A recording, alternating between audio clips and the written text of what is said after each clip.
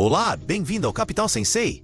Hoje vamos mergulhar fundo em um dos livros mais essenciais já escritos sobre investimentos. O mais importante para o investidor, do lendário investidor Howard Marks.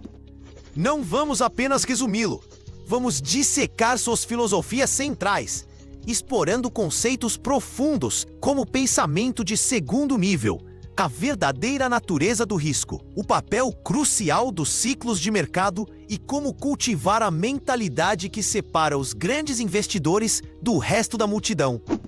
Nós tentamos responder ao máximo de perguntas que conseguimos na seção de comentários.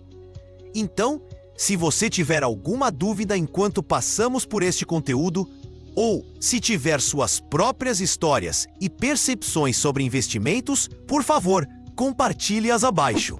Suas experiências ajudam todos a aprender e a construir juntos uma comunidade de investidores mais inteligente. Então, vamos começar com o que o próprio Howard Marks diz que é, bem, a coisa mais importante.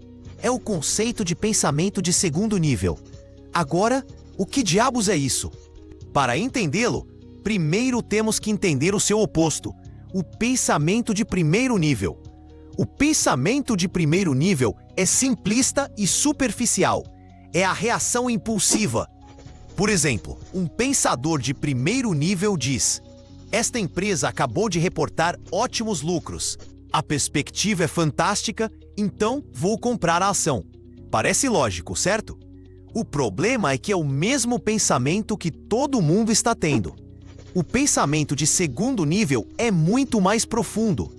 É complexo e exige trabalho de verdade.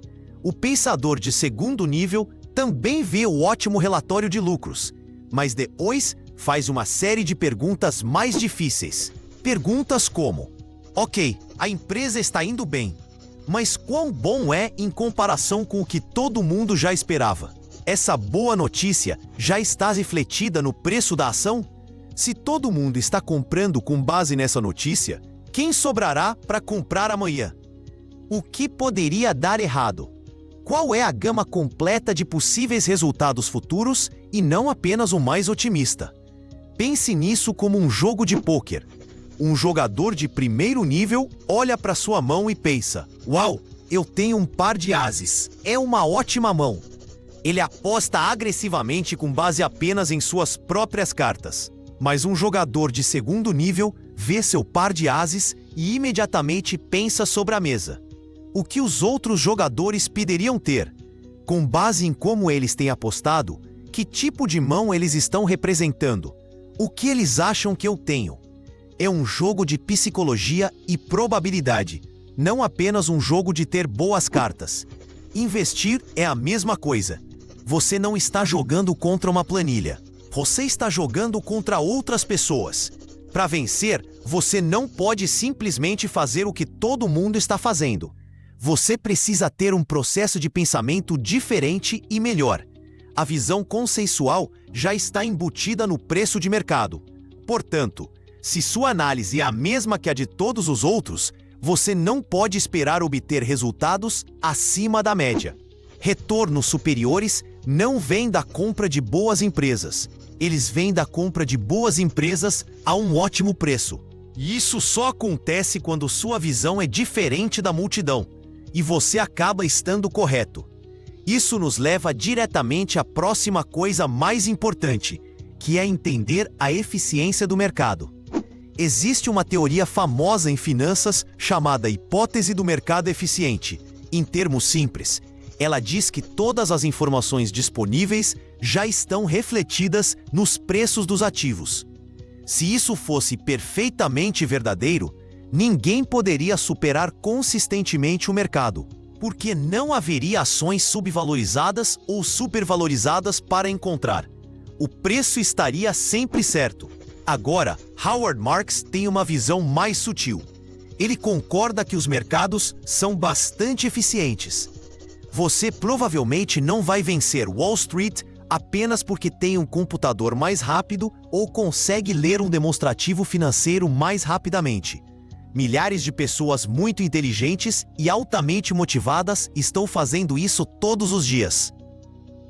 A ideia de que você pode consistentemente obter uma vantagem através da pura habilidade analítica, o que Marx chama de escola de investimento do saber mais, é um jogo difícil de ganhar. Então, de onde vem a vantagem? Ela vem do fato de que os mercados não são perfeitamente eficientes. E a fonte dessa ineficiência não é a falta de informação, é a psicologia humana. Os mercados são feitos de pessoas, e as pessoas são movidas por emoções poderosas como ganância e medo. Essas emoções as levam a cometer erros sistemáticos, empurrando os preços para muito acima ou muito abaixo de seu valor real. É aqui que o pensador de segundo nível encontra suas oportunidades. Ele não está tentando superar a análise de todos, ele está tentando superá-los psicologicamente. Imagine uma grande feira de produtores. Na maioria das vezes, o preço das maçãs é justo. Todos os vendedores sabem quanto as maçãs valem. Mas, e se um boato se espalhar de que um novo estudo descobriu que maçãs causam uma doença terrível? As pessoas entram em pânico. Elas param de comprar maçãs. Os vendedores, desesperados para vender seu estoque antes que apodreça, começam a cortar drasticamente os preços. De repente, as maçãs estão incrivelmente baratas. Um pensador de primeiro nível se junta ao pânico. Um pensador de segundo nível pergunta: este boato é crível ou é uma reação exagerada temporária, movida pelo medo? Se ele concluir que é uma reação exagerada, poderá comprar maçãs de alta qualidade a preço de banana. Ele explora a ineficiência criada pelo medo. Isso nos leva a outra coisa mais importante: entender o valor. Este é o alicerce do investimento inteligente. Em sua essência, o investimento em valor é simples. É a disciplina de tentar comprar algo por menos do que seu valor inerente. Não se trata de comprar ações que são estatisticamente baratas com base em alguma métrica simples, como um baixo índice preço-lucro. Trata-se de descobrir quanto um ativo realmente vale, seu valor intrínseco, e então tentar comprá-lo por muito menos do que isso. A distinção-chave aqui é entre preço e valor. Eles não são a mesma coisa. Preço é o que você paga. Valor é o que você recebe. O trabalho de um investidor é sempre obter mais em valor do que está entregando em preço. Uma ação barata não é necessariamente um bom valor. E uma ação que parece cara não é necessariamente um mau negócio. Tudo depende da relação entre o preço que você paga hoje e o valor que você recebe a longo prazo. Pense em comprar um carro. Você vê dois sedãs usados. Um custa $5.000 e o outro $15.000. O pensador de primeiro nível diz: o carro de $5.000 é o melhor negócio, porque é mais barato. O pensador de segundo nível investiga mais a fundo. Ele descobre que o carro barato tem uma transmissão ruim e um chassi enferrujado, e custará milhares em reparos. O carro mais caro, no entanto, está em perfeitas condições, tem baixa quilometragem e é de uma marca confiável. Nesse caso, o carro de $15.000 oferece muito mais valor por seu preço. O carro barato era apenas barato. Isso nos leva perfeitamente ao que Marx chama de outra coisa mais importante: a relação entre preço e valor. Isso pode parecer o mesmo ponto, mas é uma distinção crítica. Uma coisa é ser capaz de identificar um ativo de alta qualidade. Outra coisa completamente diferente é saber quando o preço está certo. Uma empresa maravilhosa pode ser um péssimo investimento se você pagar demais por ela. Na verdade, pagar caro demais por um bom ativo é uma das maneiras mais fáceis para os investidores perderem dinheiro. Vamos pegar um exemplo histórico. No ano 2000, no auge da bolha da internet, a Cisco Systems era uma empresa incrível. Estava construindo a espinha dorsal da internet. Era dominante, inovadora e crescendo vertiginosamente. Ninguém contestava que era um ótimo negócio. Mas o preço de suas ações foi elevado a níveis astronômicos com base na pura euforia. Se você comprou ações da Cisco em seu pico em março de 2000, teria que esperar mais de 15 anos apenas para reaver seu dinheiro. mesmo que a empresa em si continuasse a ser bem-sucedida. A qualidade do negócio era alta, mas o preço foi desastroso. É aqui que o conceito de margem de segurança se torna absolutamente essencial. É um termo cunhado pelo pai do investimento em valor, Benjamin Graham. A margem de segurança é a diferença entre o valor intrínseco de um ativo e o preço que você paga por ele. É o seu amortecedor contra a má sorte, erros de julgamento e a natureza imprevisível do futuro. Se você estima que uma empresa vale $10 por ação, você não a compra a $9,50. Você espera até poder comprá-la por $6 ou $7. Esse grande desconto é sua margem de segurança. É o amortecedor que o protege de uma perda permanente de capital. E isso nos leva à próxima, e talvez a mais incompreendida, coisa mais importante: entender o risco. Pergunte a um professor de finanças o que é risco, e ele provavelmente lhe dirá que é volatilidade, medida por uma estatística chamada beta. Ele dirá que uma ação que oscila muito é arriscada, e uma ação que é estável é segura. Howard Marks diz que isso é um absurdo. Volatilidade é apenas um movimento de preço de um ativo, não é o risco em si. Quem se importa se o preço de uma ação cai temporariamente se você tem alta convicção em seu valor de longo prazo e ela eventualmente sobe substancialmente? Marx define o risco com uma simplicidade bela. Risco é principalmente a probabilidade de uma perda permanente de capital. É isso. Quando você faz um investimento, o risco final é que você não receba seu dinheiro de volta, muito menos obtenha um retorno sobre ele. Todo o resto é apenas ruído. O perigo real não é que uma ação que você possui caia 20% em um mês ruim. O perigo real é que ela caia 20% e nunca mais se recupere, porque você estava fundamentalmente errado sobre o negócio. Ele também aponta que existem dois riscos principais no investimento: o risco de perder dinheiro e o risco de perder oportunidades. A maioria das pessoas se concentra inteiramente no primeiro. Elas têm tanto medo de perder dinheiro que ficam paralisadas, especialmente durante as quedas do mercado. Mas perder os retornos incríveis que estão disponíveis quando os ativos estão baratos também é um risco enorme da sua riqueza a longo prazo. O desafio é encontrar um equilíbrio entre ser agressivo o suficiente para capturar oportunidades e defensivo o suficiente para evitar perdas permanentes. Uma das percepções mais profundas que Marx oferece sobre o risco é que ele é muitas vezes menor quando as pessoas o percebem como sendo o mais alto, e mais alto quando as pessoas o percebem como sendo o mais baixo. Pense nisso por um momento. Em 2008, durante as profundezas da crise financeira, o risco percebido de possuir ações ou títulos corporativos estava nas alturas. Todos estavam apavorados. Mas por causa desse medo, os preços estavam incrivelmente baixos. Para aqueles que tiveram a coragem de comprar, o risco real de perda permanente era baixo e o potencial para retornos futuros era enorme. Por outro lado, no final de 1999 ou em 2021, o risco percebido era incrivelmente baixo. As pessoas pensavam: ações de tecnologia não tem como dar errado, ou cripto é uma aposta certa. A falta de medo e cautela empurrou os preços para níveis de bolha.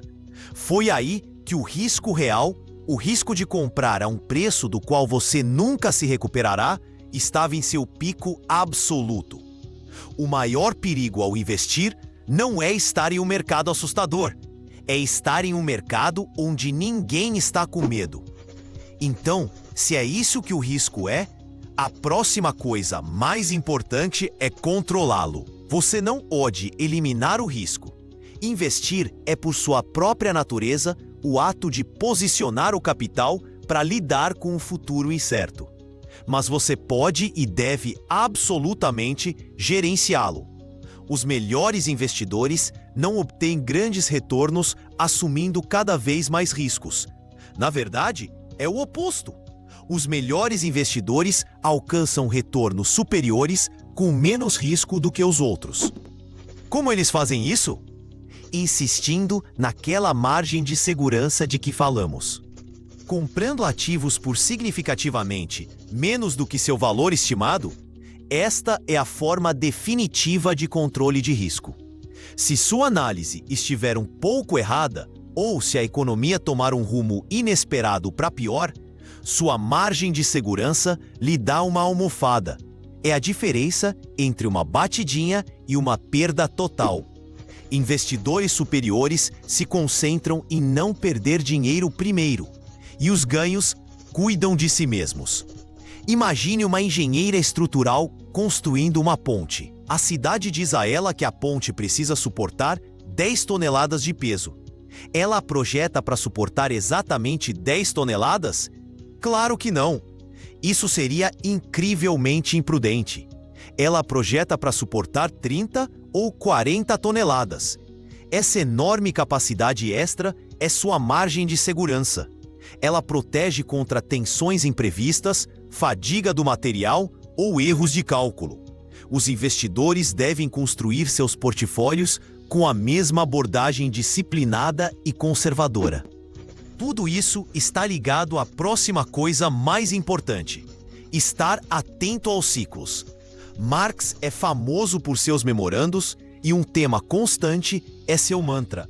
Podemos não saber para onde estamos indo, mas devemos saber onde estamos. O que ele quer dizer é que, embora você não possa prever o futuro, você pode ter uma noção do ambiente de mercado atual. Economias, empresas e especialmente a psicologia do investidor se movem em ciclos.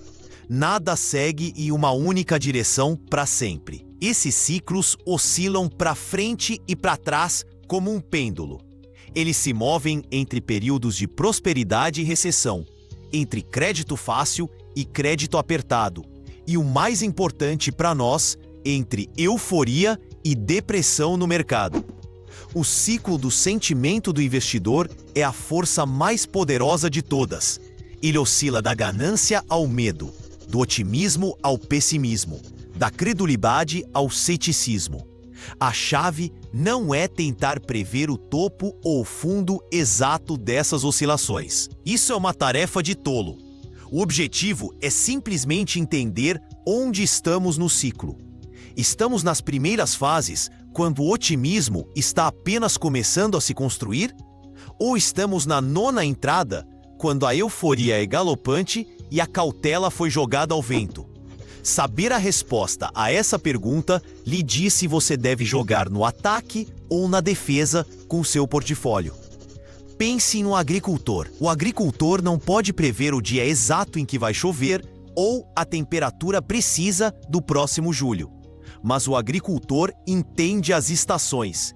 Ele sabe que a primavera é para plantar, o verão é para crescer e o outono é para colher. Ele não tenta plantar sementes no auge do inverno. O investidor deve ter a mesma consciência das estações do mercado. Quando o medo é generalizado e os preços estão baixos, essa é a estação de plantio. Quando a ganância é dominante e os preços estão altos, é hora de pensar em colher alguns ganhos e se tornar mais cauteloso. Para visualizar isso, Marx usa uma de suas metáforas mais poderosas, o pêndulo. A psicologia do investidor é como um pêndulo balançando para frente e para trás. Em um extremo está a euforia, onde as pessoas acreditam que tudo é maravilhoso e o risco desapareceu. No outro extremo está a depressão, onde as pessoas estão convencidas de que tudo está perdido e a ruína é inevitável. O pêndulo raramente ou nunca repousa no meio termo feliz no centro. A maior parte de sua jornada é gasta movendo-se em direção a um desses dois extremos emocionais. Os pensadores de primeiro nível são varridos pelo balanço do pêndulo. Quando ele está balançando em direção à ganância, eles se tornam gananciosos. Quando está balançando em direção ao medo, Eles se tornam medrosos. Eles compram na alta e vendem na baixa. O pensador de segundo nível faz o oposto.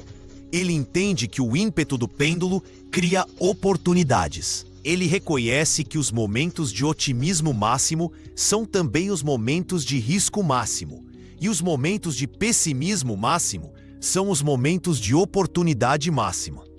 Eles se inclinam contra o balanço do pêndulo.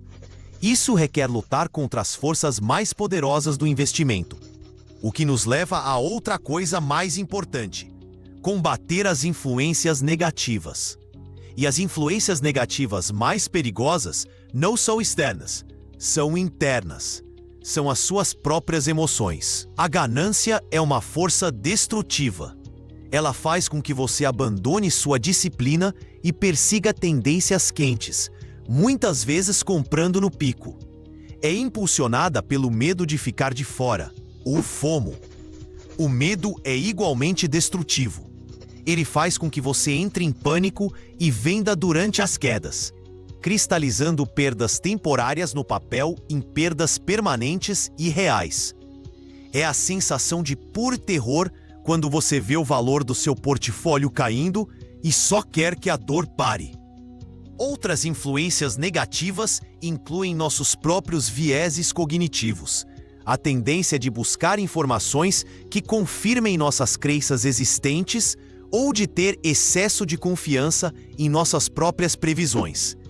A única maneira de combater essas poderosas forças internas é ter uma filosofia de investimento bem fundamentada e robusta na qual você confia, e a disciplina para mantê-la.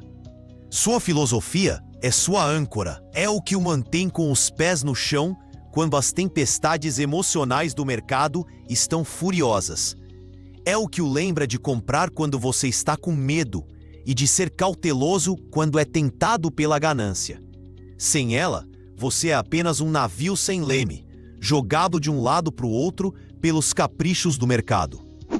Todas essas ideias culminam em outra coisa mais importante: ser um contrarian.